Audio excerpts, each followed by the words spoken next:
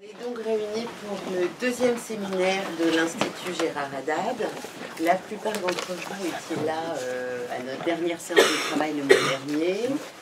Je ne vais pas représenter ce qui est notre intention aujourd'hui. Je vais le rappeler. Tu vas le rappeler. Bon, disons simplement que autour de Gérard et autour de l'œuvre de Gérard, on propose d'interroger le fait religieux dans la psyché, le fait religieux au sens le plus large, sans parti pris.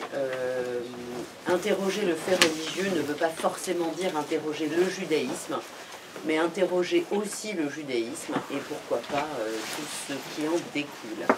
Alors la séance d'aujourd'hui s'intitule « Du livre au messianisme ». Je n'ai rien d'autre à vous en dire parce que je n'en sais pas plus. C'est un titre bien mystérieux que je laisse à Gérard le soin de nous présenter et je lui laisse donc d'ores et déjà la parole. Merci Myriam. Je voudrais commencer cette soirée, cette réunion, d'abord pour remercier des amis très chers qui sont là ce soir, qui font le plaisir d'être là. Je pense à Thibault Lacan et à Dominique Bertrand et à d'autres, je vais pas citer tous les noms. Je suis vraiment très content de voir que notre petit projet, modeste mais bon, mais comme il disait Jacques Lacan, il m'a dit comment ? C'est modeste mais c'est pas mal, voilà, continue à fonctionner et semble-t-il... j'ai lu vous savez, dans les réseaux sociaux, on lit des choses plus ou moins sympathiques. Alors il y a eu quelqu'un qui a écrit qu'est-ce que c'est que cette histoire de religion psychanalyse? La psychanalyse, ça n'a rien à voir avec la religion, il faut... Bon, bref. Alors je voudrais rappeler que notre but n'est pas ni de faire l'apologie du religieux, ni de bouffer du curé, ni de critiquer, simplement d'étudier ce fait important, psychique, d'autres, dans d'autres champs, quand même, qui devraient nous intéresser. Malheureusement, je trouve qu'ils ne nous intéressent pas suffisamment. Je pense à Max Weber, dont une partie importante de l'œuvre tourne autour de la question du religieux, comme Factory a son livre magistral sur le capitalisme et le protestantisme, je ne me rappelle plus du titre exact, mais c'est un livre, moi quand je l'ai lu, j'étais soufflé par la démonstration qu'il en fait. Il y a un autre livre, je vais me remettre à sa lecture, c'est Max Weber était passionné par le judaïsme, il n'était pas juif. Vous savez que Max Weber, pour ceux qui l'ignoraient, ça m'étonnerait qu'on l'ignore, c'est un des plus grands esprits du XXe siècle. Il accordait c'était un des rares penseurs allemands qui n'était pas antisémite, ce qui est quand même pas mal. Il n'était pas juif lui-même. Et donc une bonne partie de son œuvre, c'est sur le fait religieux. Il a écrit un très gros livre, moi je crois qu'il a été il n'était pas achevé, c'est après sa mort que sa veuve a mis les choses en forme, sur le judaïsme antique. Je pense que si dans la suite de ce séminaire, il y a des gens qui se sentent motivés par nous présenter quelques aspects de la pensée de ce grand penseur qui était Max Weber, ce serait une bonne chose. Donc, c'est un peu dans cette inspiration-là, n'est-ce pas, que j'essaie de modestement... Avant d'aborder le sujet de ce soir, je voudrais vous parler un peu de ce qui s'est passé depuis la dernière fois. Faire un séminaire, ça a un effet curieusement stimulant sur l'esprit. Il y a des tas de choses auxquelles on ne pensait pas, et ça se met comme ça en marche. D'ailleurs, il y a un proverbe talmudique qui dit ça. J'ai beaucoup appris, je vous cite de mémoire, j'ai beaucoup appris de mes maîtres, mais plus encore de mes camarades d'études. Vous savez que l'enseignement talmudique se fait sous forme de binôme.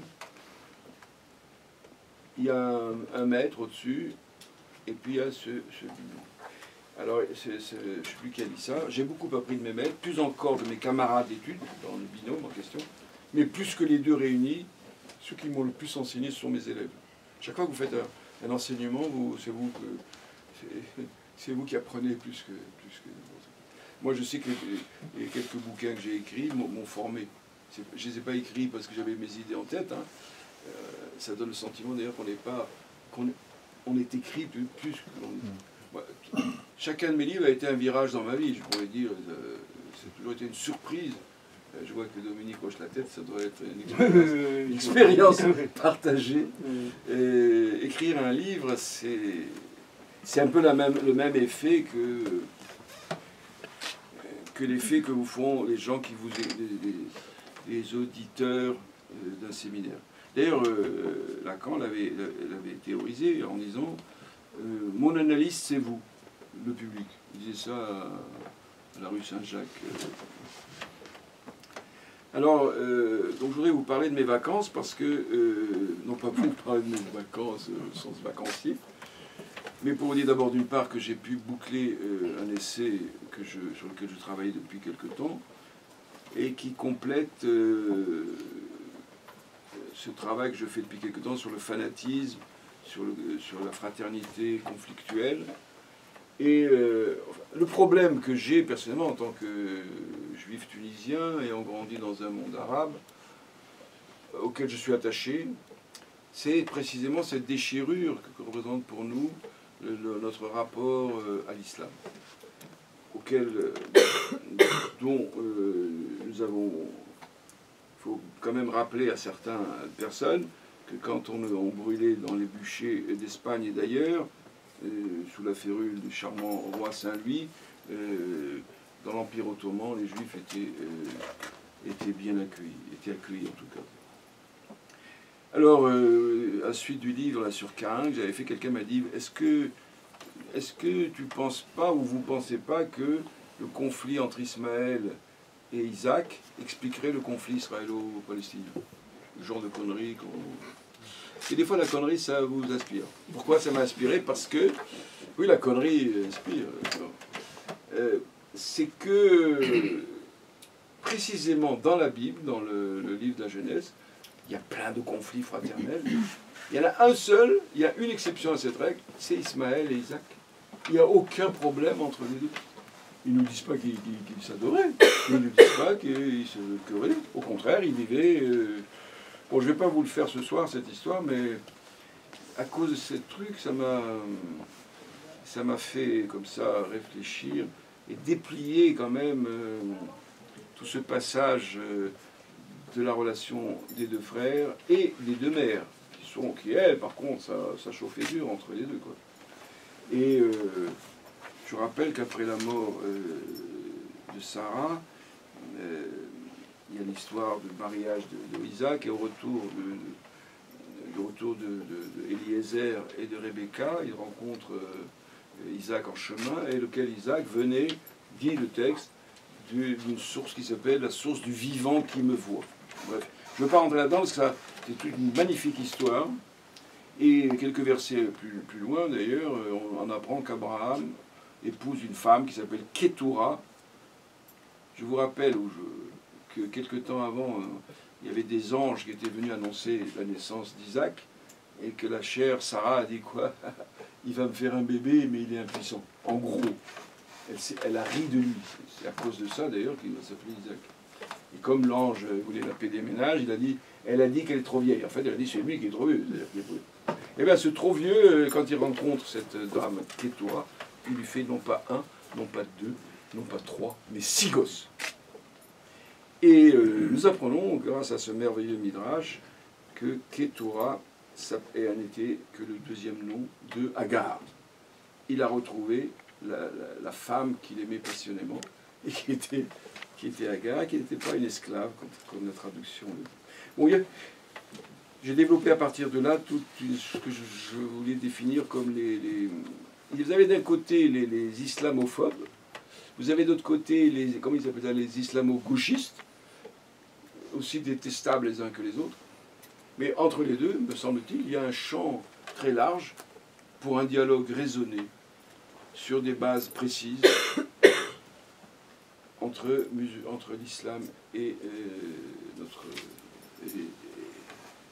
ce qu'on appelle bien maladroitement le judéo-christianisme. C'est encore une expression stupide, mais pour l'instant, on en reste seul. Ça, c'est voilà à quoi j'ai passé un peu mes vacances. Ça s'est terminé. Il y a déjà quelqu'un, un éditeur, qui est preneur, mais on va voir. Autre chose qui s'est passée pendant ces vacances, enfin, je me demande depuis très longtemps, depuis mon enfance, au fond, à propos du judaïsme, n'est-ce pas? Quelle serait la passion qui sous-tend le judaïsme dans ses meilleurs esprits?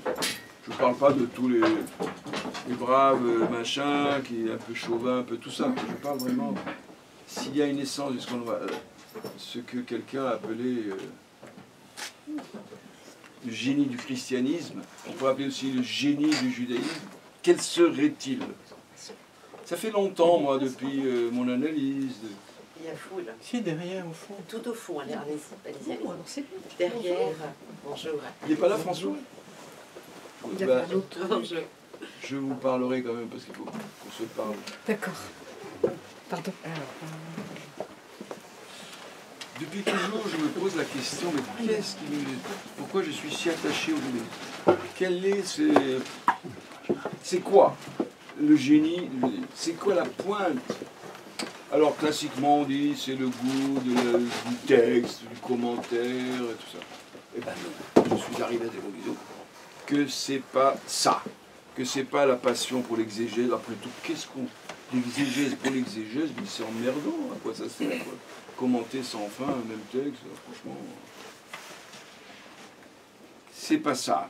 C'est pas si la passion de l'étude, en particulier dans certains traités talmudiques auxquels je suis particulièrement attaché, des traités très vifs, si je puis dire, comme les traités Nézékine, la partie Nézékine, pour ceux qui connaissent un peu le Talmud. Dans la discussion, il y a un autre enjeu que celui de commenter le texte, de faire même le fameux Midrash, c'est quoi?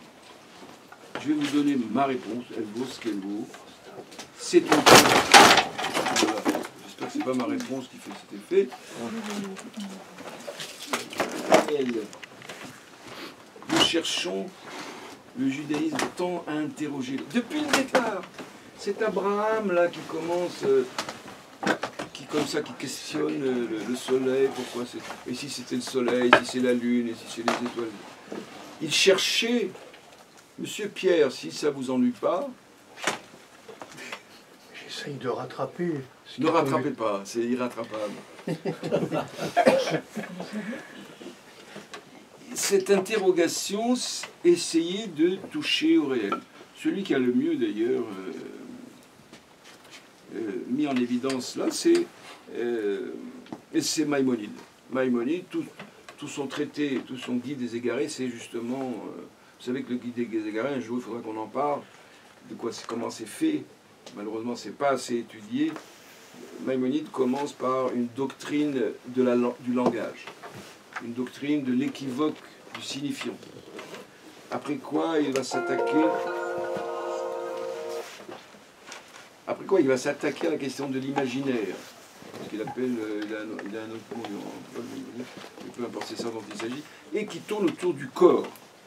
C'est dans Maïmonide, c'est dans le guide, c'est pas des commentaires, c'est pas des extrapolations. C'est noir sur blanc. On voit du moins dans la traduction française qui date d'il y a plus d'un siècle. Et Maïmonide dit l'être humain ne peut se comprendre et se représenter comme ce soit si ce n'est sous forme de corps. Nous avons une espèce de débilité mentale qui fait qu'il nous faut du corps pour comprendre quelque chose. Ça peut être n'importe quoi, ça peut être des électrons, ça peut être du feu, mais du corps, il nous faut du corps. Et précisément, la folie juive, la folie juive, c'est qu'il y a quelque chose qui n'a pas de corps. En lo gouf, en lo dmutagouf, c'est un des axiomes. C'est très dangereux ici. En lo gouf, en lo dmutagouf, c'est une des choses que Maïmonide rabâche. C'est d'ailleurs une prière que les kabbalistes, j'ai vu ça à Rome, un jour j'étais à Rome, j'ai vu cette prière, les kabbalistes, les élèves comment il s'appelle, de Harié, ne lisent pas ce truc. En lo gouf, en lo dmutagouf. Cette idée, pour le kabbaliste, il y a du corps. Chez Dieu, Dieu a un corps, il faut qu'il jouisse, Lacan aussi, il y avait le corps. Donc Maïmonide, il dit voilà, c'est ça, il y a quelque chose qui n'est ni l'imaginaire, ni du symbolique. Il ne dit pas ce que c'est, il n'emploie pas le mot, peu importe, on peut employer ce mot, c'est le réel. il y a cette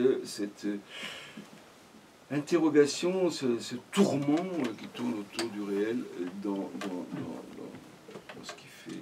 Et à travers toutes ces études, ces commentaires et toutes ces exégèses, c'est justement pour essayer de toucher quelque chose du réel. Par exemple, toutes les histoires, dans certains traités talmudiques, il y a des traités qui sont plus vifs que d'autres. Hein. C'est précisément d'essayer de comprendre, au-delà des apparences, qu'est-ce qui se joue, qu'est-ce qu'on ne peut pas connaître, mais qu'il faut essayer de s'approcher et de toucher. On ne peut le toucher que par l'intermédiaire. Voilà. Cette idée m'a un peu ébloui quand même ces dernières semaines. Elle m'est apparue très clairement et je pense qu'elle change quand même un peu notre approche de la question. Cette histoire, moi j'en ai marre d'entendre ça. Dieu c'est du symbolique, Dieu, on y croit, c'est du réel. C'est ça dans le jeu. Dieu c'est du réel. Ceux qui croient que c'est qui nous bassine avec c'est du symbolique, c'est du machin, est à côté de ce qu'il s'agit. Le symbolique, c'est très, très inconsistant. Le symbolique. Nous, ce qu'il nous faut, c'est toucher du doigt le réel. C'est très douloureux. Alors, venons-en quand même sur cette... ça vous donne quand même l'esprit un peu des choses dans lesquelles on s'engage. Vous savez que, tout à l'heure, Myriam l'a dit, le sujet mis à l'ordre du jour est la question du livre. Du livre dans l'inconscient. Ça, c'est mon apport principal à la psychanalyse. La pierre d'angle. Depuis le temps qu'on s'enquille avec le père primitif que les enfants ont tué, etc., le grand sage primitif, ce que Lacan avait appelé cette histoire à totem et debout, cette histoire à dormir debout. Personne n'a jamais vu, n'a eu aucune preuve de l'existence du repas totémique, par exemple. Il y a ce brave Robertson Smith, un jour il aurait vu dans le désert une tribu qui a tué un chameau et qui l'a mangé. De là à faire toute une doctrine de l'espèce humaine, du fait humain, c'est quand même un peu léger. Donc moi, je suis arrivé, je ne vais pas revenir là-dessus parce que ce serait un peu assommant, mais à travers des faits concrets, à travers des analyses de rituels précis, aussi bien musulmans, juifs que chrétiens, qu'il y a chez l'homme une opération qu'on appellerait manger de l'écriture. Et pas n'importe quelle écriture, l'écriture qui se rapporte aux textes qui fondent le groupe donné. Tout groupe a un texte qui le fonde, et nous mangeons, quand on est psychanalyste, on mange du Freud, on mange du Lacan, on mange de Mélanie Klein, ce que vous voulez, on mange du texte. On est obligé d'en passer. C'est ce que Freud appelait l'identification primaire. Alors je voudrais quand même rappeler comment tout ça s'est opéré. C'est parti dans les années 77. Il y a un séminaire de Lacan qui malheureusement n'est pas publié, qui s'appelle l'identification. Dieu seul sait pourquoi celui-là... toujours pas apparu. Dans ce séminaire, c'est drôle de séminaire quand même quand on y pense. Ce séminaire, en fait, vous savez, un jour j'ai fait un rêve, j'ai rêvé que je comprenais Rachi. Rachi, je ne sais pas si vous savez qui est Rachi. Rachi, c'est le grand commentateur de la Bible et du Talmud. En fait, je comprenais Lacan. C'était ça le Rachi. Lacan comme Rachid de Freud. Ce séminaire est très curieux parce que, vous savez, Lacan commente un petit texte de Freud qui fait 4 ou 5 pages, qui est le chapitre dans le texte Psychologie des groupes et analyse du moi. Il y a un texte qui s'appelle l'identification. Dans ce texte, l'identification, qui est très court, il y a 3 identifications que définit Freud. La primaire, la secondaire, la première amoureuse, la secondaire indifférente, au trait partiel, que Lacan va appeler au trait unaire, einziger Zug, et la troisième, qui est l'identification hystérique. Dans un pensionnat, une fille reçoit une lettre de son amoureux, elle pleure, toutes les filles pleurent. J'ai l'exemple que donne. C'est pas très joli de la part de Freud. Mais enfin bon, c'est comme ça. Mais l'étrange de cette affaire, c'est pas ça, c'est que Lacan, c'est un séminaire sérieux, je veux dire, il y a du volume. Et qu'est-ce qu'il nous dit? L'identification primaire, qui est la plus importante. Je ne vous en parlerai pas. C'est assez étonnant. Je ne vous en parlerai pas parce que nous n'avons pas les instruments conceptuels pour l'aborder. Et il ajoute une chose assez étonnante, il dit, il faut être un esprit, il devait avoir son idée là-dessus, il faut être un esprit sémite pour y comprendre quelque chose. Comme ça. Seuls des sémites peuvent comprendre à travers, il dit, ces notions de baraka, des choses comme ça. Baraka, beracha, etc. Comme me l'a dit hier mon ami Thibault Lacan, il m'a dit, vous vous êtes senti appelé là. Eh bien oui, c'est vrai. Je me suis senti appelé en ce point. Le sémite devait débarquer. C'était, vous savez, une école, on dit beaucoup de mal d'une école, quand même une école, c'est une espèce de serre, comme ça, où les esprits, dans les rivalités, dans les conflits, dans les incompréhensions, il se passe quelque chose quand même. Ça, surtout à cette époque-là, donc, il y avait une année, je crois que c'était l'année 76-77, l'école freudienne avait, le programme de cette année, c'était la question d'identification, qui s'est tenue à Lille, au congrès de Lille. Et il y avait des séminaires qui se tenaient, tout ça, ça bouillonnait, quoi. Et moi, j'étais dans le bouillonnement, j'étais un élément du bouillonnement. Et cette histoire que seuls des sémites... moi, je vais vous dire vraiment comment ça s'est passé. Pour moi, il y avait un camarade qui s'appelait Eric Paul, qui faisait ce jour-là un topo sur Totem et Tabou. Et moi, je lisais Totem et Tabou en allemand. Non pas que je lise allemand, mais j'avais décidé d'apprendre un peu d'allemand. Et j'avais un copain là qui s'appelait Franz Kaltenbeck, certains doivent connaître, qui pour gagner un peu d'argent et payer son analyse, il donnait des cours d'allemand. Donc, au lieu d'apprendre l'allemand comme ça, on va lire Totem et Tabou ensemble. Et on a lu Totem et Tabou comme ça. Il y avait une demi-heure avant, on faisait un peu de grammaire, et puis après, on lisait Freud. Et bien, il faut que vous sachiez que Freud en allemand, moi je ne suis pas germanisant, et bien c'est beau. Moi, j'avais beaucoup de plaisir à lire le texte de Freud en allemand. Et surtout, j'ai vécu quelque chose, une expérience assez étrange. Je me disais, mais derrière ce texte-là qui nous raconte, les rites, les machins et tout ça, j'entendais de l'hébreu. Il y avait de l'hébreu là-dedans. Il y avait du rite hébraïque. Et derrière ces chameaux, dans le Sinaï, je ne sais pas quoi, là, Robertson Smith, et les Fraser, et tous ces trucs totémiques, je me suis souvenu donc d'un rite juif que l'on faisait au jour de l'an, qui va être la pierre, l'élément qui va déclencher la constitution de cette théorie. Donc cette identification primaire, j'en rappelle quand même quelques-uns des mots que d'ailleurs Lacan reprend, elle est antérieure à l'Oedipe. C'est une chose aussi bien chez le garçon que chez la fille, elle est amoureuse au père. On aime son père, qu'on soit un garçon ou une fille, d'emblée, avant que le complexe d'Oedipe et les rivalités qui s'ensuivent ne s'installent. Ça ne va pas tellement de soi. Hein. Deuxième caractéristique, elle dérive d'une pulsion cannibalique. Vous savez, on lit Freud comme si c'était du petit lait, comme ça, mais c'est de la folie quand même. Une pulsion cannibalique, vous mangez votre père, franchement, ça ne va pas de soi. Alors, ce sont toutes ces remarques très précises, et à mon avis très pertinentes, qui m'ont conduit à cette thèse, que le père en question, dont Freud parle, que l'on mange, c'est le livre. C'est le livre. Et il y a un autre texte de Freud très important dans cette affaire, c'est le texte sur la négation, la Verneinung, où ce que j'aime, je l'avale, je le mange, je le mets dedans, ce que je n'aime pas, je le crache. Alors, voilà. Le père que l'on en a fini avec le singe primitif que personne n'a vu, on en a fini avec tout ce folklore.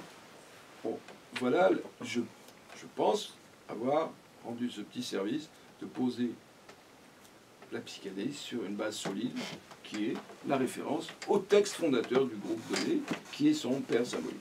Et que c'est lui qu'on mange. Voilà. Et c'est vérifiable.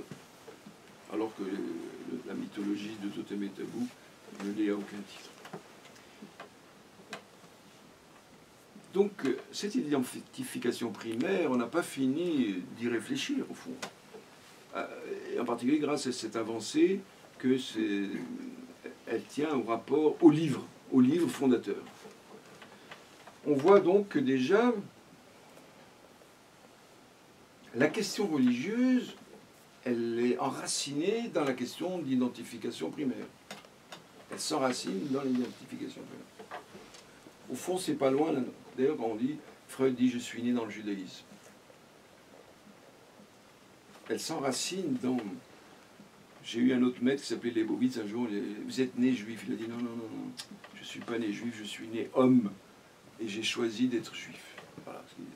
Et lui, c'est un autre format. J'attire l'attention sur ce fait que cette précocité de l'apparition de cette identification,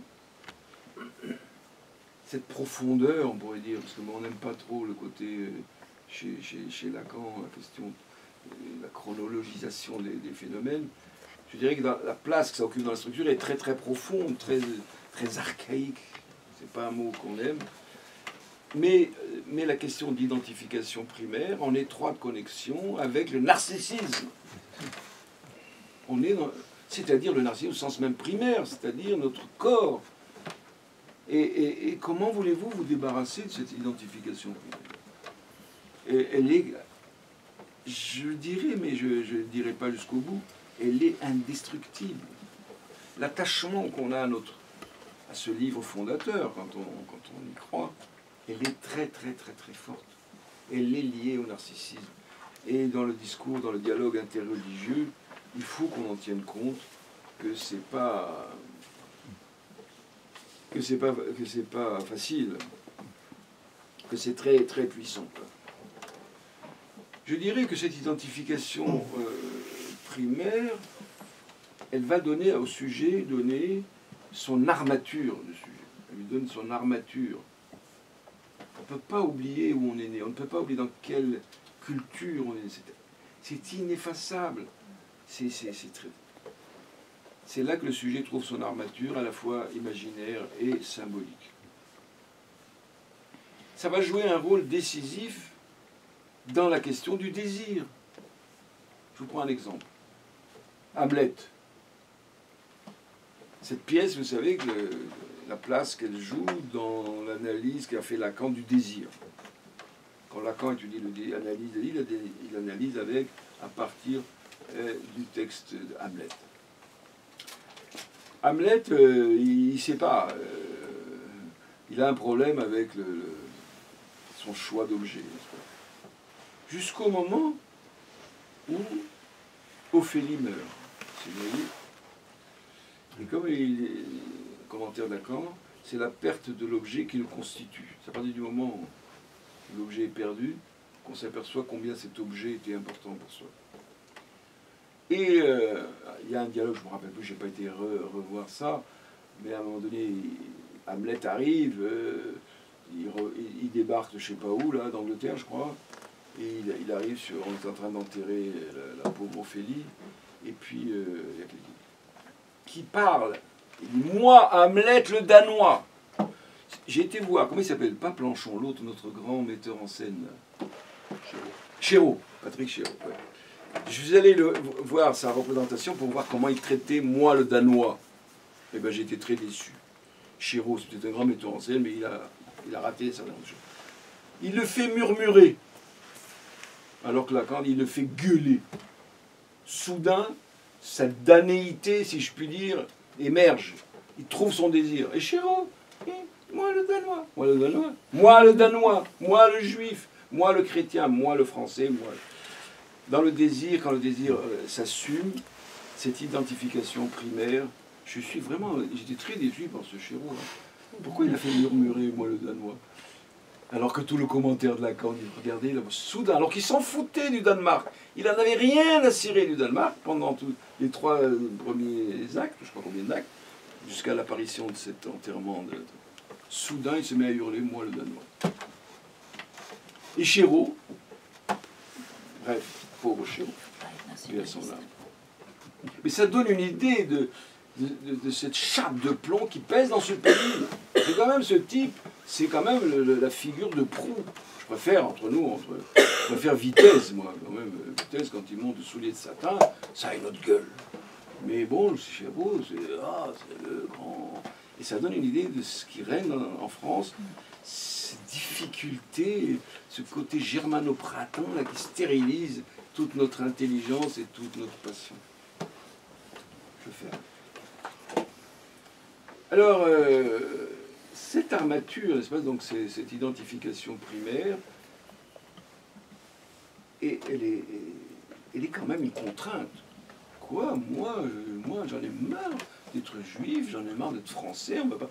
Cette espèce de camisole qui peut être bien vécue, mais qui peut être mal vécue. Et puis n'oublions pas que celui qui m'a introduit à cela, c'est quand même papa.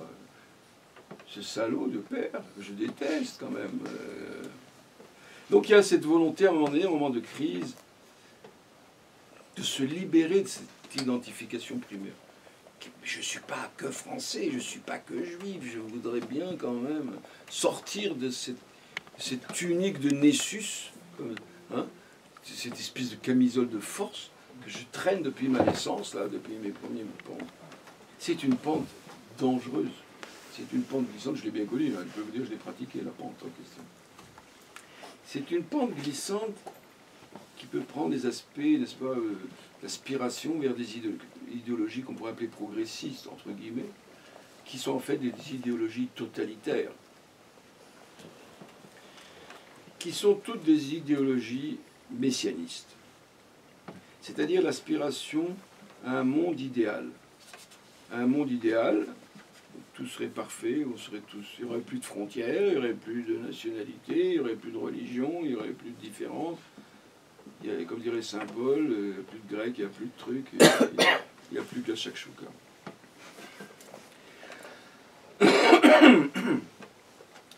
Donc c'est cette aspiration, si le livre, c'est ce qui est, son incorporation nous donne cette identification,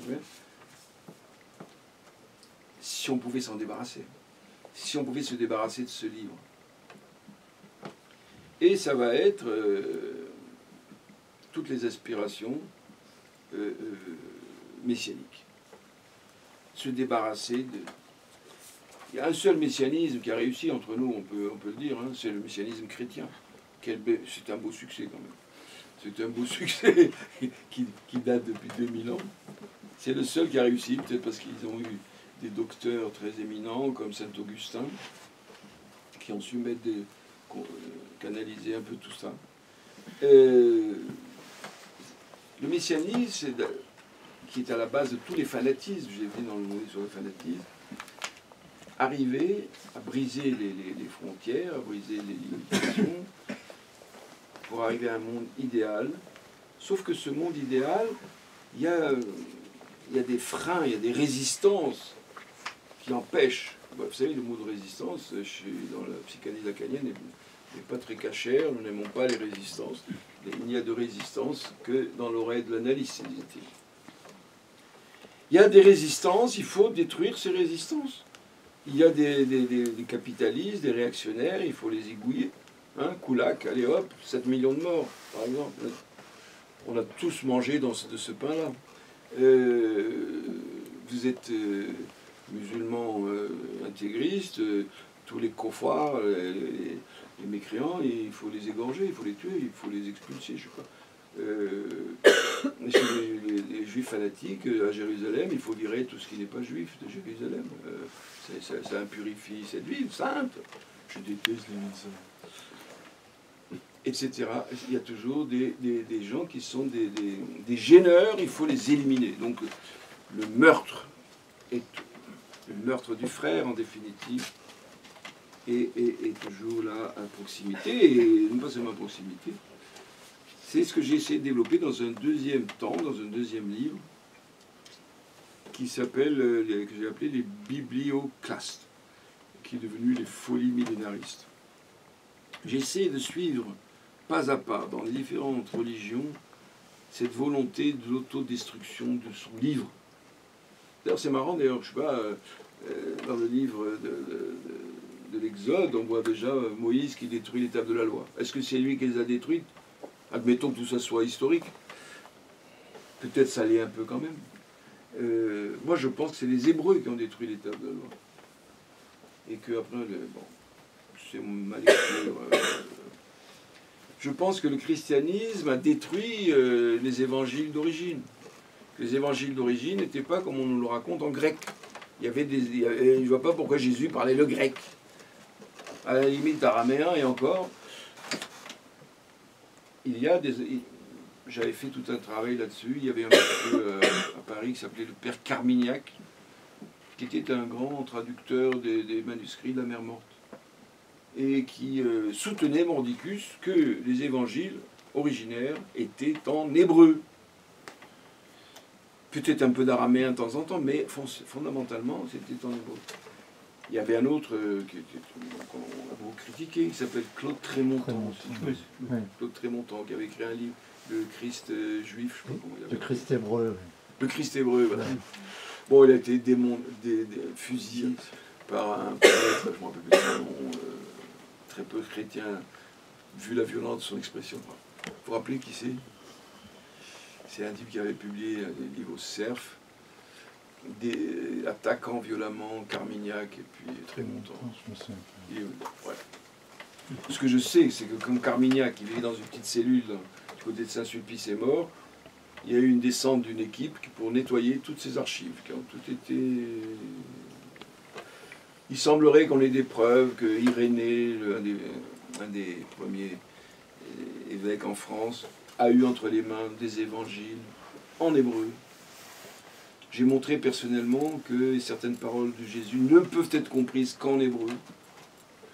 Et que même il y a quelqu'un qui a compris tout ça, qui s'appelait Jean-Sébastien Bach. Rien que lui, si ça vous amuse, je vous rappelle ce dont il s'agit. Dans les évangiles, vous lisez Jésus sur la croix, les 7 dernières paroles. Eli, Eli, lama sabachthani. C'est de l'araméen. Mais qu'est-ce qui lui prend de parler araméen sur la croix, d'abord?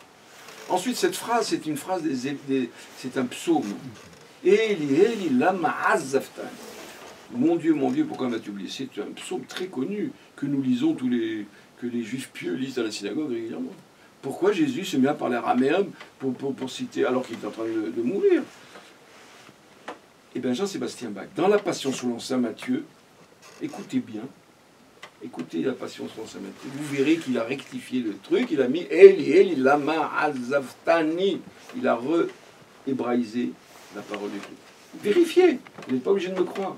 Et moi, j'étais frappé quand j'ai écouté, parce que la Passion selon saint Matthieu, je peux vous dire, moi, je préfère la Saint-Jean, mais bon, je l'ai écouté assez de fois. Et pas pour ça, hein, mais je suis tombé, tiens, Azaftani, où il est passé les Shabartani. Et en plus, il y a cette phrase, bon, vous savez comment j'ai découvert tout ça, c'est un jour, j'étais au cinéma pour voir le film Zeffirelli, qui s'appelle Jésus de Nazareth. Et dans ce film, Jésus parle aux apôtres, il leur dit, qui dit-on que je suis? Alors il y en a un qui dit, tu es Élie, et puis Simon, qui va s'appeler bientôt Pierre, il lui dit, tu es le Fils. Et Jésus dit, ce n'est pas la chair et le sang qui t'a inspiré ses propres paroles, mais mon Père qui est au ciel. Et désormais, tu t'appelleras Pierre. Tiens, pourquoi Simon s'appelle Pierre? Pourquoi il ne s'appelle pas, je ne sais pas moi, Artichaut? Parce que si vous prenez les paroles qui ont été énoncées à cette occasion, il lui a dit, tu es le fils Ben, ça se dit dans les mots, Ben. Et l'autre, il dit, c'est le père, Ab plus Ben, ça fait Eben. Eben, ça veut dire pierre. En hébreu, pour dire le mot pierre, on dit Eben. Et ce n'est pas une occurrence isolée. Elle se retrouve dans plusieurs endroits. Elle se retrouve quand Jean-Baptiste interpelle ces orgueilleux hébreux, qui étaient déjà orgueilleux à l'époque, hein, c'est pas nouveau. Il leur dit, mais pour qui vous vous prenez? Parce que vous êtes des fils d'Abraham, et Dieu, avec les cailloux du chemin, il peut faire des fils d'Abraham. Avec les cailloux. Pourquoi les cailloux? Pourquoi pas les artichauts? Parce que les cailloux, ça se dit abanim. Des abanim, il fait des banim. Il savait de quoi il parlait, Jean-Baptiste. Donc, où sont passés tous ces... Bon, c'est un débat énorme qui nous dépasse complètement, interne à l'Église. L'Église, elle tient mordicus à cette histoire, que les évangiles canoniques sont en grec, et elle ne veut pas en démordre, c'est son problème. Ça cache ce que j'appellerais le fameux meurtre du Père, il est là. La destruction du livre fondateur, c'est tout. Alors, je vais bientôt en finir. Qu'est-ce qui se cache derrière tout ça? Qu'est-ce qui se cache derrière ces idéologies messianistes? Eh bien, allons droit au sujet. La loi avec un grand L, dans le messianisme, on n'en veut plus. Peut-être qu'on va s'en libérer. Vous avez une blague juive, enfin une blague, un truc qu'on dit dans le... Ce jour-là, Kippour se deviendra comme Kippourim. Kippour, c'est le jour, n'est-ce pas? Deviendra comme Pourim, c'est-à-dire le carnaval. C'est-à-dire l'abolition de la loi, c'est-à-dire l'abolition de l'interdit de l'inceste. Ça a été dit. Ça a été dit. C'est pas la psychanalyse, il n'y a pas besoin de psychanalyse pour ça. Il y a eu une grande aventure messianiste qui a été faite par un certain Shabtai Tzvi. Et vous savez comment Shabtai Tzvi c'est devenu, s'est cru prof Messie. Il allait très mal. Il était malade, c'était un grand malade mental. Ils sont souvent des malades mentaux, les gens qui font ça. Et on lui a dit, il y a un type qui est un guérisseur. Et il sait s'occuper de ça. Et ce type s'appelait Nathan de Gaza. Il va à Gaza. À l'époque, il y avait une communauté juive à Gaza. C'était pas comme la Gaza d'aujourd'hui. Il y avait une communauté juive importante. Et donc, il va voir ce Nathan. Il se trouve que ce Nathan, ça je tire tout ça du livre magistral de Gershom Scholem.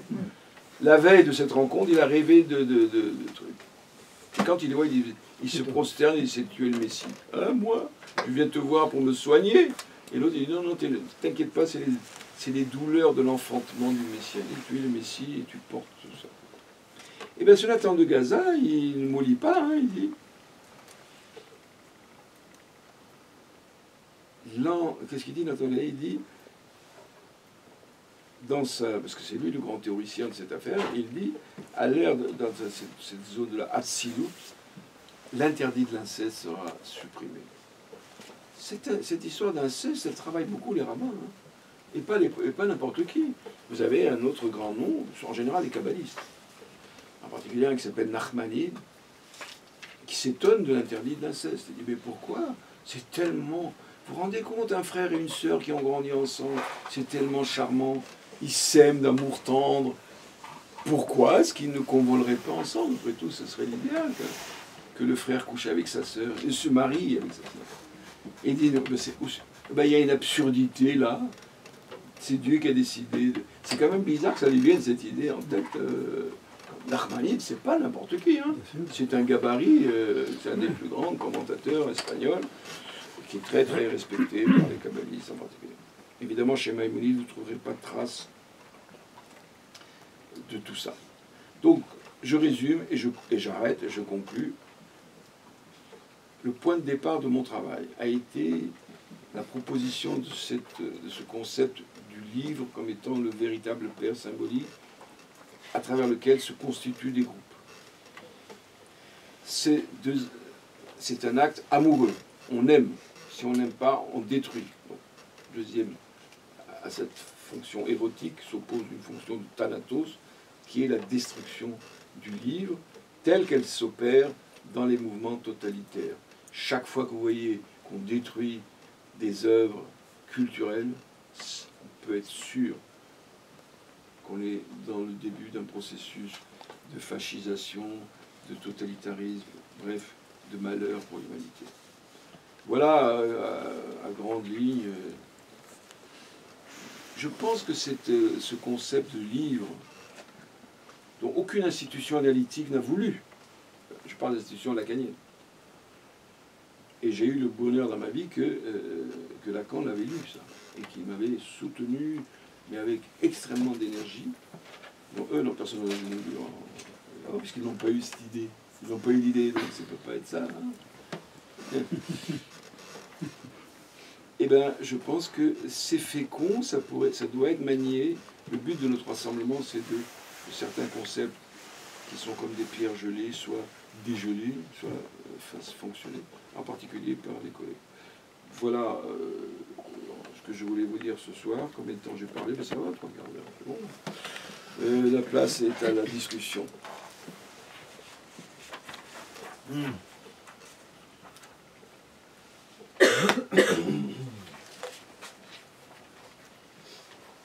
Alors, contrairement à ce qu'a dit Myriam tout à l'heure, nous avons tout un programme déjà fait des différentes séquences qui vont venir.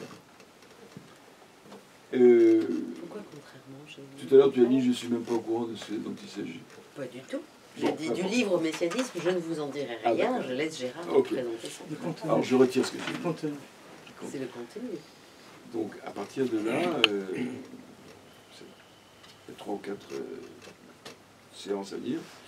Après, la parole sera à vous pour, justement, la manipulation de ces concepts, ou bien vous les foutez à la poubelle, ou bien vous les manipulez, vous les faites jouer. Je pense que c'est un maniement fécond. Voilà. Présidente, à vous. Qu'est-ce que cette affaire de livre en lieu et place du totem vous inspire? C'est quand même plus palpable. Le totem, il est mort. Y avait-il encore des gens qui croyaient au totem? Non, il y a un bouquin de M. Claude Lévi-Strauss, qui s'appelle Le totémisme aujourd'hui, qui a dit « Personne ne croit au totémisme ». C'est un petit livre comme ça, je ne sais pas pourquoi. Il a dit que c'est une aberration, plus aucun ethnologue. Les ethnologues, ils s'entretuent entre eux. Ben là, moi, je crois à ça. Et bien, sur ce point-là, ils sont d'accord. C'est rare. Il a dit le totémisme, c'est fini. Le totémisme aujourd'hui, c'est un petit livre. C'est marrant qu'on n'en tienne pas compte, d'ailleurs. On ne tient pas compte du fait que la pierre d'angle de la psychanalyse, à savoir la doctrine du père et tout ça, elle ne tient pas la route. Et donc, on fait comme si de rien n'était. Et ça permet à M. Safouan de dire la psychanalyse est morte. Il a raison. À ce tarif-là, la psychanalyse est morte. Parfaitement d'accord avec ce que dit Gérard Radin, mais il y a une question, moi, qui m'intéresse encore plus que ça. Le passage du totem au livre, c'est un passage dans l'évolution des cultures, dans l'esprit, dans l'évolution de l'esprit humain. Il y a quelque chose là, je ne sais pas si Lévi-Strauss en a parlé, je ne le sais pas. Bien sûr que oui. Il y a quelque chose de très intéressant de voir comment se fait ce passage. C'est comme le passage du panthéon au monothéisme. Mais il n'y a jamais eu de totem, c'est ça l'histoire. Quand Lévi-Strauss écrit ses mythologiques, il disait par exemple le cru et le cuit, par exemple, ça suffit pour se faire une idée déjà. Il montre comment chacune de ces ethnies, que ce soit les G, il y a une tribu qui s'appelle G, il y a une autre qui s'appelle Bororo, elles ont chacune leur livre. Il y a d'emblée, il n'y a jamais eu de totem. Cette théorie du totem n'a jamais existé, sauf dans la tête de certains psychanalystes. Tous les peuples ont un livre. Ce n'est pas forcément un livre écrit. Votre question peut être comment l'écriture va naître, ça c'est une autre question.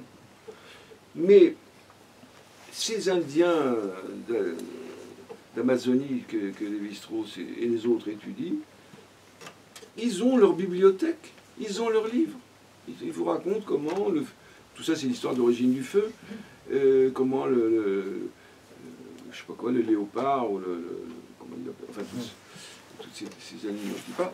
En fait, ils ont leur bibliothèque qui est orale. Il y a un chaman qui la connaît et ça se transmet oralement. Ils attendent une seule chose, que passe un ethnologue pour transcrire, écrire sous leur dictée. Il lui dicte le livre. Mais le livre existait. Tout groupe humain est fondé sur un livre, qu'il soit écrit ou qu'il soit oral. C'est ça ma position, et c'est la position de Lévi-Strauss également. Ça n'a jamais existé, qu'on descendrait d'un totem. Voilà. On n'a en tout cas aucune trace de cela. Il faut lire le livre Le totémisme aujourd'hui, qui n'est pas une lecture très difficile ni très longue. C'est quoi la place du récit dans cette affaire, justement? La question du rapport à l'oralité, au conte. Oui, c'est ça. Tiens, je lisais là. Où est-ce qu'elle est? Edith, elle est là. Oui. Oui.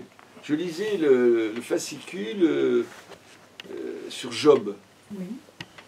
où François parle de la place entre le récit et la loi. Comment le récit permet de... C'est vous qui l'avez écrit en plus. Oui. Vous vous J'ai rappelez pas de vite ça? oublié. Hein? Je Vous me l'avez souviens oublié? plus, Bon, non. moi j'ai lu ces jours-ci, donc c'est plus frais. Il y a effectivement un rapport, la fonction du récit en quelque sorte, elle permet l'articulation peut-être, enfin je dis ça comme ça parce que la question vient de me poser, il faudrait réfléchir, et j'ai beaucoup l'esprit d'escalier, moi j'ai pas une grande vivacité. Je pense que le récit a la fonction imaginaire de coller les morceaux des différentes propositions légales. Le récit permet de les porter. C'est ce que dans ce texte Ardeven raconte. Donc, si la Torah consistait à nous dire voilà, il y a eu les 10 commandements, salut, ça passe pas. On l'a déjà aussi dit la dernière fois, un texte écrit, ça passe pas. Il faut le beurre de la parole, il faut le beurre du récit. Les gens qui ont cru qu'on pouvait se débarrasser du récit, bon, ça, cette expérience littéraire a disparu. Donc je pense que si vous ne stimulez pas l'imaginaire, vous ne pouvez pas capter le symbolique. Et je vis ça d'ailleurs de très près en ce moment. Comment l'intelligence, la fonction cognitive, la fonction symbolique, elle a besoin d'une stimulation imaginaire. Et le récit joue un grand rôle.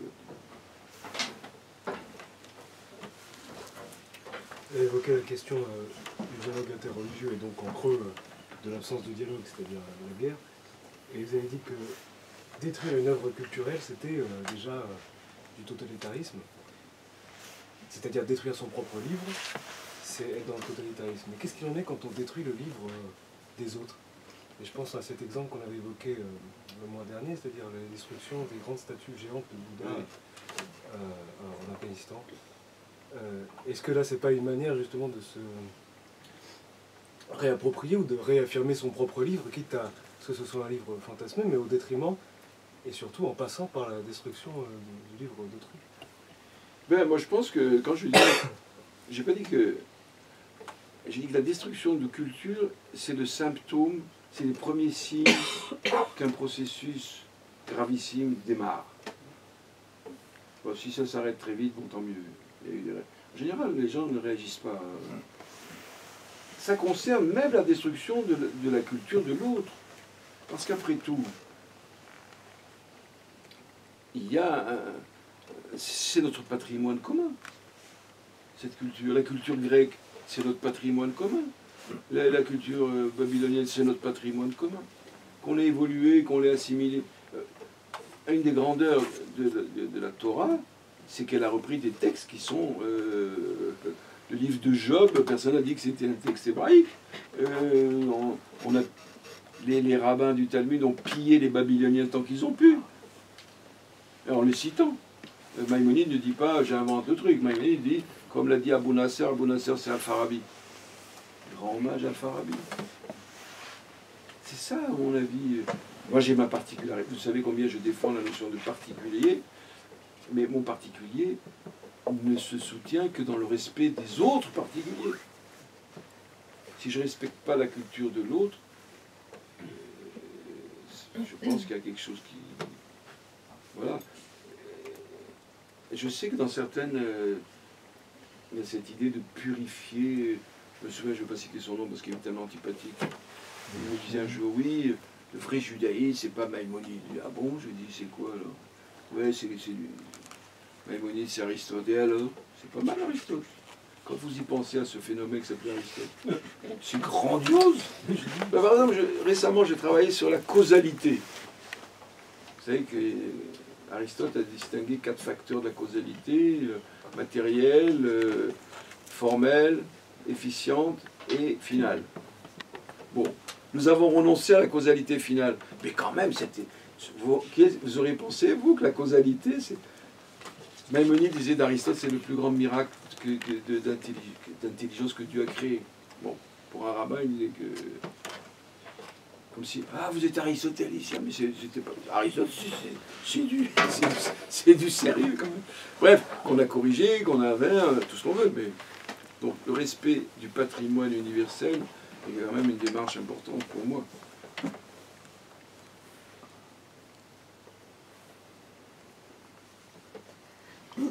Moi, je suis un peu dans le flou, mais je pense que c'est parce que, d'ailleurs, c'est pour ça que j'ai racheté, j'avais perdu le Freud de la psychologie des masses et analyse du moi, mais sur les questions d'identification et les 3 types d'identification. Parce que qui me plaisait, moi, dans ce mythe du repas totémique, c'était aussi l'idée que ce qui était ingéré, mais pour pouvoir s'en séparer, aussi c'était la démesure pulsionnelle, justement. La démesure pulsionnelle, sans fin, de ce père de la horde qui est, justement, qui ne connaît pas de loi. Et je trouvais ça, disons, mythologiquement parlant, plutôt, je trouvais que ça faisait sens de se dire que les hommes deviennent humains en le mangeant, c'est-à-dire en le reconnaissant en eux, mais en s'en séparant pour autant. Enfin voilà, c'est les différents niveaux comme ça, et c'est quelque chose qu'on perd finalement si on dit que le premier repas c'est un repas de texte. Enfin, dans le texte sur l'identification, je vous y renvoie. Ouais. Freud ne parle pas de totem. Non. Mais il n'en parle pas. Bon, ça c'est dans un autre texte. Oui. Et comment on mange du texte? D'abord, on ne mange pas du texte comme ça. Tiens, mon chéri, tu vas m'embuquer, comme on dit. Ça se fait à travers des rites. Ça se fait à travers des rites. Ça se fait... ça c'est cachère, ça c'est pas cachère. Ça c'est halal, ça c'est pas halal. Ça c'est bon, ça c'est pas bon. Vous avez en ce moment, nous avons la galette des rois. C'est bon, là, il y a la frangipane, il y a tout ça. Moi j'aime bien la frangipane. Alors, pourquoi il y a une galette? Parce qu'il y a les rois mages. Mais c'est qui les rois mages? Eh ben, les rois mages, ils sont allés en Galilée, il y a Sheila qui a chanté ça, etc. Et on l'introduit à travers des choses très très simples dans l'esprit de l'enfant, tout le livre du groupe. Moi j'ai grandi comme ça, et puis tous les enfants comme ça. Voilà. Et des mesures pulsionnelles, je vous assure que dans le rapport de notre rapport au livre, il y a beaucoup de pulsionnels. Hein. Et sur la question de l'incorporation, ce qui semble vous manquer en quittant ce mythe, dans l'idée du livre à la place du totem, Gérard a travaillé sur la question de l'incorporation signifiante, de la transférence signifiante. Il y a ce même mouvement d'incorporation au moment du rite à Rosh Hashanah, auquel il faisait allusion. Donc Rosh Hashanah, au Nouvel An juif, il y a toute cette démarche qui consiste à avaler, à proprement parler du livre, en tout cas du signifiant du livre, et il y a ce même processus, celui qui semble vous manquer, c'est-à-dire incorporer à la fois pour mettre dedans et se séparer. Je crois qu'il y a le même processus qui est en activité, simplement il n'est pas justement dans la démesure pulsionnelle, et c'est sans doute là qu'il y a quelque chose de différent. Dans l'Eucharistie, vous savez que l'Eucharistie c'est fondamental dans le christianisme. C'est l'opération la plus fondamentale. C'est le corps du Christ qu'on avale. Mais qu'est-ce qui le corps du Christ? Le Christ, c'est le logos incarné. C'est-à-dire, c'est de l'écriture. C'est le verbe incarné. Le verbe incarné. On mange de l'écriture, on ne mange pas des trucs. Moi, l'idée m'avait frappé, vous savez comment? C'était à l'hôpital Saint-Maur, je crois que c'est l'hôpital qui s'appelle, qu'on appelait Charenton à l'époque, il y avait un coopérant qui ramenait du Sénégal et qui avait ramené un film qu'il avait filmé, un film ça se filme bien sûr, dans une espèce de clinique traditionnelle, un marabout. Je l'ai raconté ça, mais je vais le remettre. Et donc, il avait filmé, on voit arriver un gamin, un jeune homme, un adolescent, très perturbé. Très perturbé, son père le conduit chez ce marabout. Et qu'est-ce qu'il fait le marabout? Il prend une feuille de papier, il écrit des versets du Coran, et il les met dans l'eau, et il les fait avaler au truc. Et il le masse aussi, il met sur son corps également cette eau, et il répète ça tous les jours. Je pensais que c'était sénégalais. Et bien j'ai découvert que dans les hôpitaux psychiatriques parisiens, ça se fait très couramment. Les malades maghrébins, ils ont le flacon à l'époque, j'étais à l'aldol moi quand je faisais mes trucs, ils avaient un peu d'aldol d'un côté, ils avaient le flacon du marabout, où on avait macéré des feuillets. Cette incorporation du livre, elle est très classique, elle est très très courante. C'est étrange qu'on ne l'ait pas vue.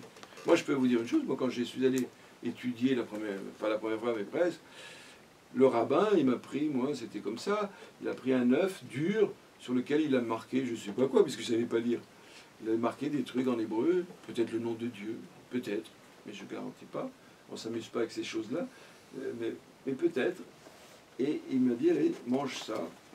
Il m'a fait avaler cet œuf. Et voilà, et tu vois comment c'est très connu dans le milieu ashkénaze. Quand on va étudier, on prend une tablette, on écrit comme ça des lettres, et on les recouvre de miel. Et on dit à l'enfant, il faut que tu lèches ça. Et que tu fais... Donc c'est banal, c'est connu. Il n'y a que les psychanalystes qui ne le savent pas. Jusqu'à... Voilà. C'est un fait ethnologique massif. Par contre, le totem, machin, personne ne l'a jamais vu. Personne ne l'a jamais vu. Aucun ethnologue. Il faut arrêter les conneries. Personne ne l'a vu. Ça, tout le monde le voit tous les jours. Aussi bien à l'église qu'à la synagogue, que dans les mosquées, que chez les Vistros, cru et le cuit. L'origine des manières de table.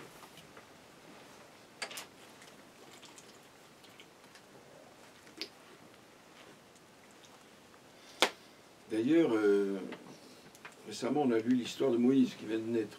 Il est né la semaine dernière. La sœur Myriam, justement, n'est-ce pas? Elle prend le bébé, elle l'emmène, elle dit à une femme qui vient d'accoucher, la femme en question, c'est la mère elle-même, et c'est la mère de Moïse qui allait son enfant. Il y a un tour de passe-passe. Le Midrash dit parce que, à travers le lait maternel, on avale la culture du groupe. Mais c'est banal. Ce qui m'énerve, c'est que personne ne s'en aperçoit. À travers le lait maternel, mais pas paternel. Et fraternel? Non, mais pas paternel. Parce que moi, j'essaye de savoir quel est l'intérêt de supprimer le totem pour y mettre le texte à la place. Mais où il est le totem? Il n'existe pas. Non, mais peu importe qu'il existe mais ou peu qu'il importe, non, non, genre, non, oui, peu importe. En fait, c'est une construction. Moi, je ne suis pas d'accord avec une histoire paternelle-maternelle. Je pense que... Non, c'est pour ça reprendre sur le lait maternel. Bien sûr oui, que l'enfant, il mange avec le lait maternel, il est marqué d'un certain nombre de signes. La nourriture que nous avalons depuis qu'on est, enfin, du moins dans le monde juif, pratiquant, dès le premier aliment qu'on avale, il y a du texte dedans. Oui. On ne va pas faire manger aux gosses de la viande hachée avec du lait. Oui. D'emblée, quoi, paf. On est d'emblée dans le circuit. Moi, vous avez raison de dire, le paternel et le maternel, il faut arrêter cette distinction. Quand nous parlons de paternité, nous parlons de pas maternité, c'est-à-dire que le maternel, il est inclus. On est nourri à la parole, voilà. Mais les deux, on est nourri à la parole. C'est un complexe indissoluble, père, mère, c'est un complexe indissoluble. C'est pour ça que dans mon livre sur l'alcoolisme, là, j'avais avancé cette notion de pas maternité, qui rejoint d'ailleurs la formule de Lacan sur ce qu'il appelait le nom du père. Il disait, en ligne en haut, la fraction non, le signifiant paternel, et en dessous, ce que ça recouvre, c'est le désir de la mère. le désir de la mère et le signifiant paternel, dans une structure bien foutue, c'est indissociable. D'accord? Donc l'image de Moïse qui tête sa mère, c'était un peu forcé. Elle voulait dire qu'il fallait qu'il soit pris d'emblée dans la culture du groupe. Est-ce qu'on peut changer de sujet? Tu as évoqué tout à l'heure la question de la stérilisation du désir. De stérilisation, j'ai pas dit ça. Ah bah ouais, à fond que tu as parlé de ça. Ah Est-ce ouais. que tu veux bien nous en reparler et nous dire aujourd'hui ce qu'il en est ou ce qu'il en serait de la stérilisation du désir à notre époque, quand tu as évoqué ce superbe Hamlet auquel tu as assisté récemment et qui t'a tant Non, déçu? pas récemment. Chéreau, il est mort il y a longtemps. C'était, d'ailleurs, c'était où à la Villette? Il a amené un cheval sur scène. Oui, il y avait un cheval. Il a amené un cheval. Bon, un jour, quelqu'un m'a parlé, quand je travaillais sur le fanatisme, quel est le rapport entre le désir et le fanatisme? J'espère que prochainement, un de ces quatre, la nouvelle édition de mon livre sur le fanatisme sortira, parce que j'ai rajouté beaucoup, et en particulier ceci. Ce type au fond de la salle là-bas à Tours, là, il me dit quel rapport entre le fanatisme et le désir? Eh bien, j'ai eu du temps, mais la réponse a fusé en quelque sorte. Le fanatisme, c'est le bâillon sur le désir. Le fanatisme bâillonne le désir. Quand j'ai raconté aussi ceci, mon analyse avec Lacan a vraiment démarré que le jour où je me suis débarrassé de ma fascination pour ces doctrines totalitaires qu'était le communisme. Je n'avais pas droit à désirer, là, c'était... Comment, camarade? Mais tu es un petit bourgeois. Mais camarade, il faut quand même penser à la classe ouvrière. Il faut penser au groupe. Et toi, tu n'es que... C'est comme ça, d'ailleurs, qu'un monsieur que j'ai beaucoup aimé, qui s'appelait Louis Althusser, est devenu fou. Il niait la notion du désir, Althusser. Il disait, il n'y a pas de désir, c'est le mouvement des masses. Il y avait une notion de sujet collectif, là, ce qu'il appelle l'être à John Lewis. Il avait écrit un texte comme ça. Le fanatisme, la destruction du désir, détruit le désir. Destruction du désir. Dans le messianisme, il y a une destruction. Le désir est une affaire singulière. C'est faire fondre tout le pulsionnel individuel dans un truc de groupe. C'est ça que fait le fanatisme ou les mouvements totalitaires. Le désir, il est singulier pour chacun. Oui. En fait, c'est la perte de la singularité. Absolument. Ouais. La reconquête de cette singularité, ou cette particularité, singularité, je ne sais pas. En fait, c'est plutôt la singularité qu'il faudrait dire. La reconquête de la singularité, c'est quand même le but de l'entreprise analytique quand elle est réussie, ce qui n'est pas toujours le cas. Pour revenir aux Danois murmurants, Oui. et je disais actuel parce que ça semblait tellement actuel, tu semblais tellement dépité par ce Danois qui murmure encore aujourd'hui. C'est Chéreau qui le fait murmurer. Oui, mais toi, ça te dépite. Je suis étonné que la plus grande figure du théâtre français, il soit passé complètement à côté de la pièce. Alors, je vais le dire autrement. Pourquoi aujourd'hui, ces dernières années, en tout cas, pourquoi à notre époque, le Danois peut être murmurant, ce qu'il n'aurait pas été il y a 50 ans. Voilà. Il y a 50 ans, je ne sais pas. Il y a 50 ans, il murmurait beaucoup. Il murmurait aussi. Il murmurait déjà. Disons un siècle. Depuis qu'on avait... Merci. Disons un siècle. Disons le début du siècle, par exemple, du début du XXe. Qu'est-ce qui s'est passé? C'est une bonne question. Qu'est-ce qui est passé par là? Un certain nombre d'idéologies totalitaires. Alors j'ai une petite idée, moi. La Shoah qui a détruit beaucoup de choses. Est-ce que tu penses qu'on peut envisager le capitalisme comme une idéologie fanatique, comme un des fanatismes que tu dénonces? Écoute, j'ai pas de réponse à tout. Celle-là, je ne saurais pas te répondre. D'abord, est-ce qu'il y a un capitalisme ou plusieurs capitalismes? Est-ce que le capitalisme suédois, c'est le même que le capitalisme chinois? Je ne sais pas te répondre. Et je pense qu'il y a plusieurs formes de ce système de libéralisme. Le capitalisme, c'est quoi? C'est le libéralisme économique. Ce libéralisme économique, certains pays ont réussi, tout en le maintenant, à le canaliser. C'est le cas des pays scandinaves, semble-t-il. Les Chinois ont opéré d'une autre façon. Il y a des pays où c'est plus du capitalisme, c'est la jungle. Les États-Unis s'orientent de plus en plus de ce côté-là, apparemment. Je ne sais pas quoi te dire. On doit quand même être plus favorable au désir, le capitalisme, un capitalisme raisonnable, qu'un système centralisé et totalitaire, c'est sûr. Dans le système totalitaire, il n'y a aucune chance que tu désires quoi que ce soit. Il y a un autre enjeu dans la réflexion qui m'intrigue. C'est le rôle du messianisme comme, je dirais peut-être, apocalyptique. Oui. Parce qu'aujourd'hui, on est largement dedans au niveau de ce qu'on appelle On est largement complot. dedans. Mais j'ai eu la chance, pas très longtemps de tomber sur un théoricien musulman de cette histoire-là. Qui c'est un théoricien musulman? Oui, il s'appelle déjà. En tout cas, j'étais extrêmement sidéré de voir un type qui a lu tous les kabbalistes, il connaît toute l'histoire juive, il lit l'hébreu, etc., pour faire une critique à partir de Sabbatai Tzvi, sur l'influence de Sabbatai Tzvi dans la destruction des valeurs européennes, des valeurs chrétiennes, avec jusqu'à Jacob Frank, qui est un héritier de Sabbatai Tzvi, qui lui-même se prend pour le Messie et qui justement prônait l'inceste, entre autres, transgression de la loi. Et c'était même un rite initiatique. Oui, paraît-il. Ouais. En tout cas, j'étais assez surpris de me rendre compte qu'il y a quand même pas mal de gens qui sont en résonance avec ce genre d'écrits. Et historiquement, l'Apocalypse, dans l'histoire chrétienne, à chaque siècle, elle a servi à tout expliquer. Donc c'est un modèle explicatif, quelque part, qui est fondé sur la fin. Donc du coup, la question d'aujourd'hui, du messianisme aujourd'hui, dans cette folie-là, ça met en scène quelque chose qui, bon, ne peut pas ne pas faire peur, de toute évidence. Hein. Surtout quand j'ai vu ce théoricien-là, Tu ne te souviens pas du nom? Tu te souviens pas du nom? C'est un musulman? Il est Hindi. Il a un nom indien. Il s'appelle Hindi. Je ne me rappelle plus son prénom. Je ne suis pas sûr du prénom.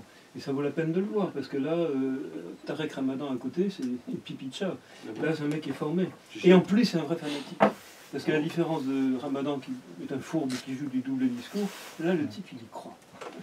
Il y croit vraiment quand il parle. Il est convaincant de sa propre... Et il est en pleine dans ce messianisme-là, c'est la fin. Alors il fait jouer beaucoup toute l'histoire juive, alors ça devient terrifiant, parce qu'évidemment, derrière tout ça, c'est un antisémitisme terrifiant, ausculte, quoi. Hein. Chacun de ses arguments, il ne le dit pas, hein, il est très malin là-dessus, on sait très bien ce qu'il vise. Et donc, je trouve ça, quand j'entends dire qu'un adolescent sur 5 aujourd'hui croit aux théories du complot, ou bien aujourd'hui le nombre de Français qui... Peut-être même plus. Non, mais aujourd'hui, c'est beaucoup plus. Et alors, du coup, ce messianisme-là, j'ai l'impression qu'il est comme dans l'air. Je regarde, non pas mon téléphone, mais je regarde ton Hindi. Mais oui, j'ai essayé, mais on n'a pas de réseau. Attends, et je l'ai trouvé... C'est ça qui m'a... Il a pu ça à l'oreille, c'est tout en écoutant son discours, tout d'un coup, j'ai vu que le site sur lequel il parlait, c'est celui d'Alain Soral. Ah. Donc si tu mets Hindi Alain Soral, c'est sûr que tu peux. Et tu dois avoir 8 ou 10 conférences de lui qui sont toutes impressionnantes. Hein. Et il se répète tout le temps, mais cela dit, il est armé. Très armé. Voilà, j'ai Hindi, c'est pas Zara, non? Non. Il y a un Hindi Zara. T'as essayé avec Soral? Petit cahier d'écriture. Ah non, ça c'est... Ouais. Occident. Ah, Youssef Hindi. Voilà, c'est lui. Occident et Islam, source et genèse messianique du sionisme. Voilà, c'est lui. Ah, mais voilà. Enfin, l'antisémitisme, il est quand même assez clairement affiché, là. Oui, il est clairement affiché, mais mais ce que je veux dire, ce qui est... Ben voilà une idée, la prochaine fois quelqu'un va le lire, il va le présenter. Le lire? Oui. Occident et Islam, c'est ça. Un séminaire, c'est fait pour ça. C'est pour échanger, transférer. Tu veux qu'on l'invite? On peut l'inviter. On peut l'inviter, voilà, c'est ça. Est-ce qu'il viendrait Ah, je suis sûr qu'il viendrait, il n'y a aucun problème, il y croit. Bon, en tout cas, tu poses une question importante. Oui. La destruction de la loi. Alors, pas seulement la question de la fin. Est-ce que l'histoire a une fin? Bon. Alors, est-ce que c'est le judaïsme, l'islam? Quelle que soit la religion en question, cette question partage toutes les religions. Dans le monde juif que je connais, pour la plupart, Dieu tire les ficelles de tout ça et va conduire vers on a beaucoup de mal à croire que l'histoire... Putain, ces trucs partout. Excusez-moi de mon expression, mais... Non, non, très peu. Le totem, c'est un drôle de truc. Le totem. Les mythos, dans le monde juif, on pense que l'histoire elle n'est pas absurde, qu'elle va vers une fin, que Dieu y veille à tout ça, que cette fin, c'est le Messie. Hein, qui va... Et c'est pour ça que la pensée de Leibowitz a été pour moi vraiment un coup de tonnerre. Leibowitz dit que ça, c'est une énorme connerie. L'histoire humaine est une absurdité. Elle n'a aucune finalité. Oui, on enlève la cause finale d'Aristote. On enlève la cause finale, mais c'est plus que ça, là, c'est encore plus. Il dit, il cite un historien qu'il aime beaucoup, qui s'appelait Gibbon, qui a écrit le déclin de l'Empire romain. Gibbon dit l'histoire humaine n'est que la suite des crimes et des folies de l'humanité. Bon. Et Leibowitz dit voilà, c'est ça. Je suis d'accord avec Gibbon qui a dit la moitié de la vérité, parce qu'il a dit il y a une deuxième partie qu'il faudrait ajouter, c'est que l'histoire est aussi la lutte des hommes contre les folies et les crimes, etc. C'est tout. Il n'y a pas de finalité, il n'y a pas d'apocalypse. C'est la vision maïmonidienne. Dieu n'intervient pas dans l'histoire. Le Shabbat, ça veut dire ça. Il a créé le monde, il s'est retiré. Salut les copains, démerdez-vous. Je n'interviens plus. Mais parlez-en à un rabbin, il va vous dire vous êtes un athée, un machin. Maïmonide, pour faire plaisir à ses compatriotes, sinon il aurait eu des gros ennuis, il en avait déjà assez, avec des juifs. Il a dit le Messie viendra, Mashiach Yavo. Les Leibowitz, lisez bien ce qu'il a dit. C'est un futur indéfini. Il viendra. Mais toute personne qui vient, mettez-le à l'hôpital psychiatrique, mettez-le en prison, démerdez-vous. Mashiach Yavo, Kol Misheba ou l'auto. C'est un escroc. C'est un... Donc il y a une grande coupure. Et malheureusement, la pensée dominante, que ce soit chez les juifs, que ce soit chez les chrétiens, c'est que ça va venir. L'apocalypse va se produire. La pensée rationnelle, c'est de rejeter ça. Et c'est pas forcément une pensée anti-religieuse, ça peut être une pensée profondément religieuse. Elle peut être contre cette idée d'eschatologie, de fin. La vie est absurde. Quand le livre de Job, qui était un livre magnifique, comme chacun sait, et à la fin, Job, Dieu ne lui dit pas, voilà, hein, je vais te montrer mon programme. Il dit, est-ce que tu sais comment l'hippopotame se voit dans le marigot? Est-ce que tu sais comment tu sais comment tout ça se fait? Tu sais rien de tout ça finalement. Mais il ne dit pas, il ne parle pas de finalité. Il dit voilà comment. Moi, c'est mon monde, tu le prends ou tu le laisses. Ça me rappelle une petite histoire personnelle qui m'est arrivée. J'ai commencé, je vous la raconte.